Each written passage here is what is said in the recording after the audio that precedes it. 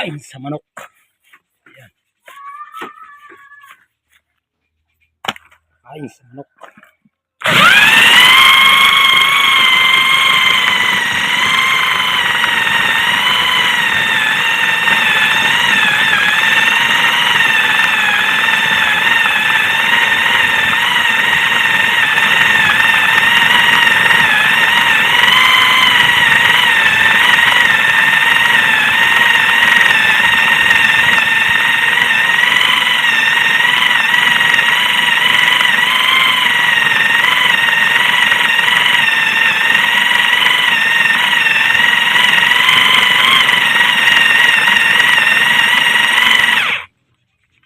Diba?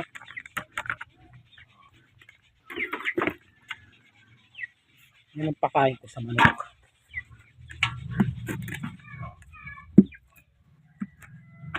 Tapos hahaluan pa yan ng ano. Hahaluan pa yan ng feeds. Kumukuha lang ako ng isang timba.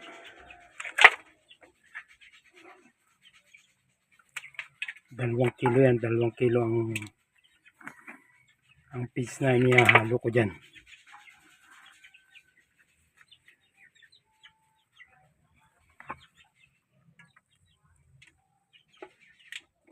Pagkain sa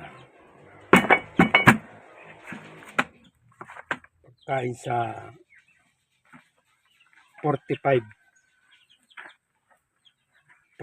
na manok. Wow. Ayan, kinachap-chap muna para medyo lumiit yung kanyang hiwa, kasi pagkabuo pumupulupot yung sarad.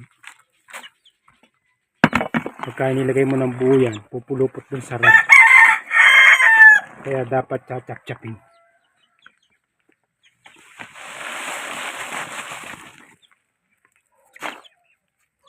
Sari-saring yan, sari-saring damo, kasaba yan, yung dahon ng kasaba, iba pang klaseng damo. Napier yan, maganda yung napier, kaso hindi pa kumukuha ng napier.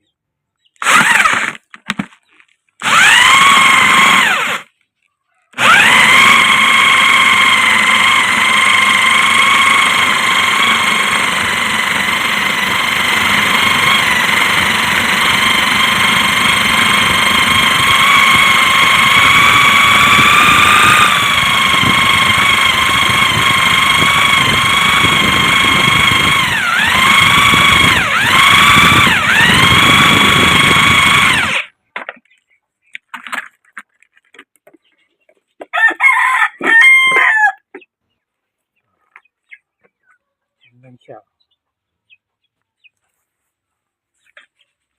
Sobra na ito. Sobra na ito. Yan, pakain sa manok. Diba?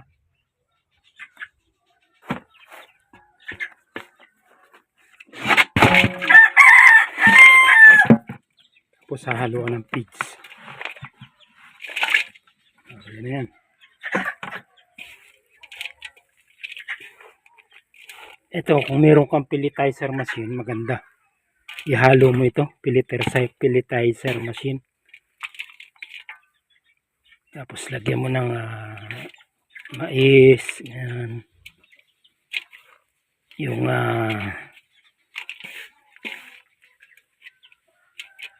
dark sa mais. Tapos yan, ihalo yan. Ganda yan dyan.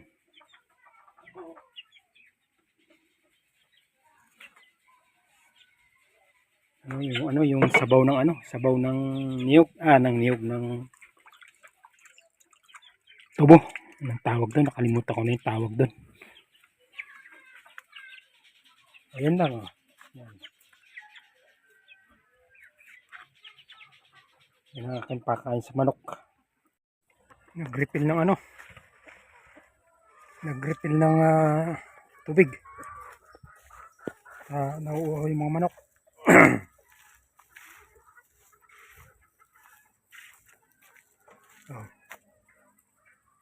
Basta ganitong uminit, ang manok na uhawin. Kaya nag-refill tayo ngayon. Bari kanina, isang umaga, isa. Tapos ngayon, mag-alas 2 na. Refill uli. Tapos na, nakapag-refill na. Ganyan ang sitwasyon. Basta mainit. Maano sila. Bilis silang mauhaw. Lalo na yung Androlop at saka yung Rhode Island Red. Yung mga sapsoy, okay na yun eh. Sanay sila eh. Inuna ko lang lagyan yung Rhode Island Red. Okay. Init eh.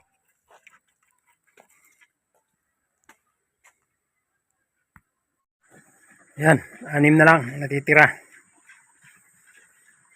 Kahapon, kinuha na yung 2. Ayan.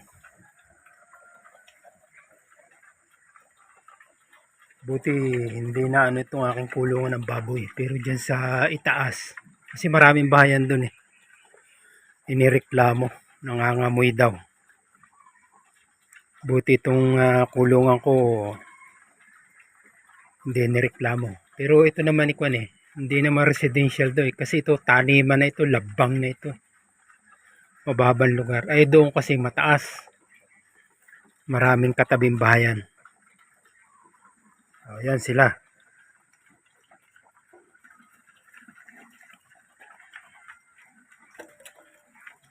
Sa Merkulis daw, kukuhanin ulit itong 2. Kaso ito, may mga pa eh. May mga kagat pa ng lamok eh. Use oil. Yan. Ito isang to. Yan. Yan ang balak kong gawing inahin. Ito.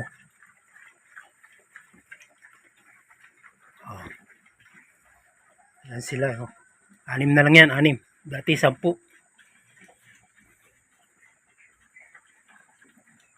Yan sila. Tapos dito, bubuksan ko yung tubig dito kasi dito meron dito outlet. Naku, mahigpit.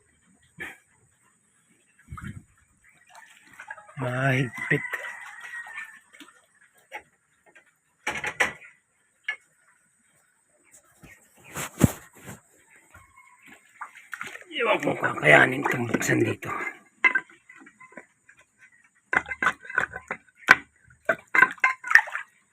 Yun, buksan. Dito yung outlet niya. May outlet siya dito eh. Yan.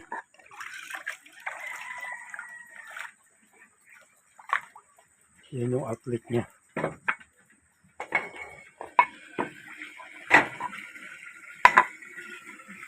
Ayan. Palitan na natin ng tubig para masiyahan sila.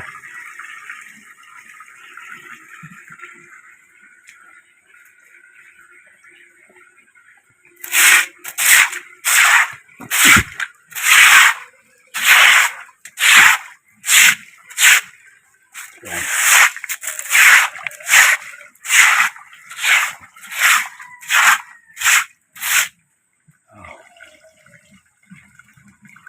Yan ang kanyang outlet ng tubig. Op. Ayan. Medyo kulang na yan. Basta ganyan nagpapapalag na eh. Itong isang ito lumalapit na. Basta lumalapit sa akin. Ayan. Bumaba na uli yung isa. Ibig sabihin kulang. Bigyan uli natin. Oh.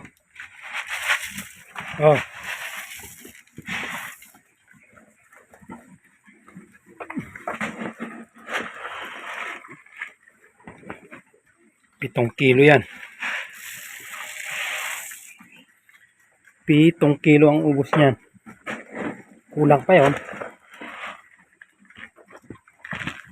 Sa 7 kilo nagrereklamo pa.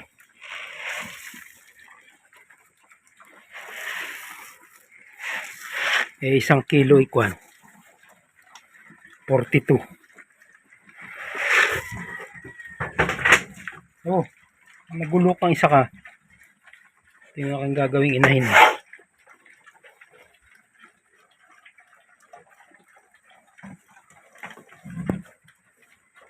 Magulo eh.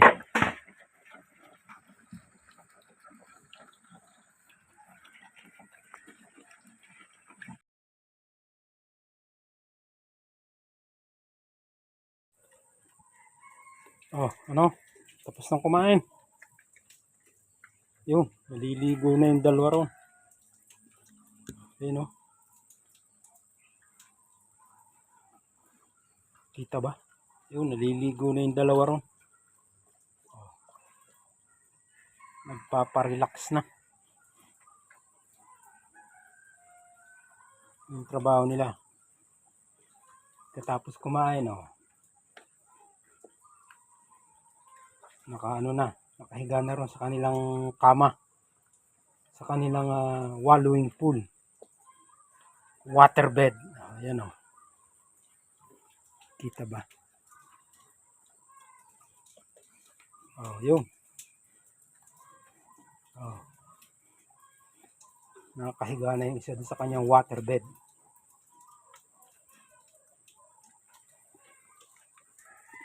Ito noon, ikwan, mataas yung bagamat hindi pantay diyan sa labi ng ano ng kanilang kainan at saka dun sa wallowing pool. Basta mahigit kalahati yung ano, yung ipa na napalagay diyan. Ngayon, pinasok ng tubig. Siguro dun sa ipa, medyo nabawasan ng konti kasi tuyo yun tapos pinasukan ng tubig, medyo nabawasan. Pero may natitira pa rin. Siguro natanggal dun mga 1/4 dun sa ipa. Eh ngayon eh, oh, lumalim na. Nasiksik na nasiksik. Kalalakad nila. Kaya sa sunod pag na-dispose na yan, kailangan punuin ng ano to ng ipa. Para mag-level ulit doon sa labi ng wallowing pool at saka itong kainan. Ayun oh. Kaya pag sila'y kumakain, parang nakatingkayad. Pero mataas naman eh. Abot na nila. Yan mamaya pagka yung makapagpakain ako ng ano ng manok mamaya. Kukuhanan ko sila ng saging. Kanilang laruan.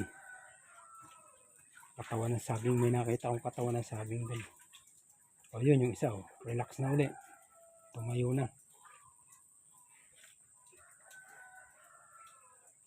Kasi bagong palit ng tubig eh. Basta isang araw, palit ako ng tubig. Isa na isang araw.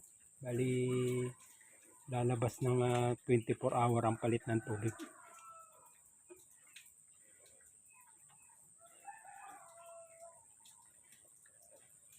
Sana hindi maireklamo ito.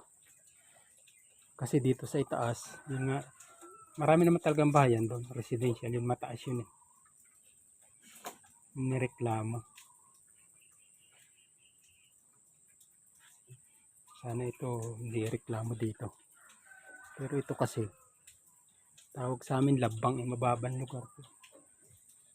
Bali ang bayan dito ay isa, dalawa, tatlo,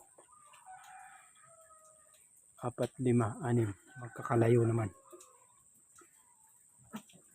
Malapit naman dito sa resort kasi yung resort hindi pa naman tapos kaya wala pang tao. Kaya itong kulang ito,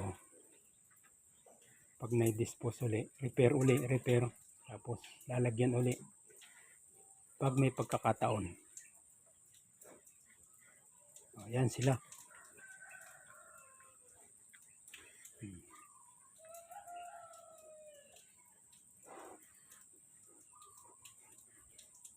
So yun, binabalikan nila yung mga nalaglag. Kasi hindi maiwasan pag maglalagay ako.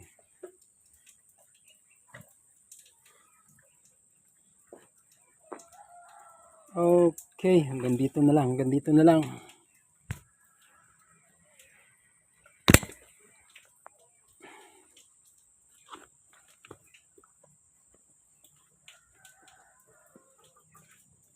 Ayan.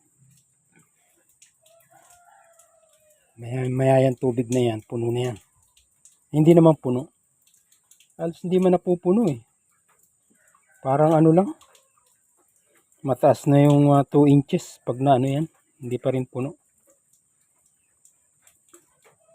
Basta yun lang, meron lang silang pag lubluban. Makapag-relax lang sila.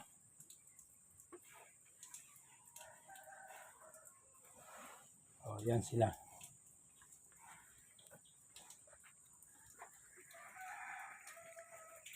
Okay, hanggang dito na lang po. Yan ang aking monitor ngayon. Share lang po. Comment, subscribe, and hit the notification bell para updated kayo sa mga susunod pang videos ni Kapiset. Dito naman tayo mamaya. Yan. Sa mga Rhode Island Red. Ito. Uuwi ako sa bahay tapos magka-chachap-chap ng damo.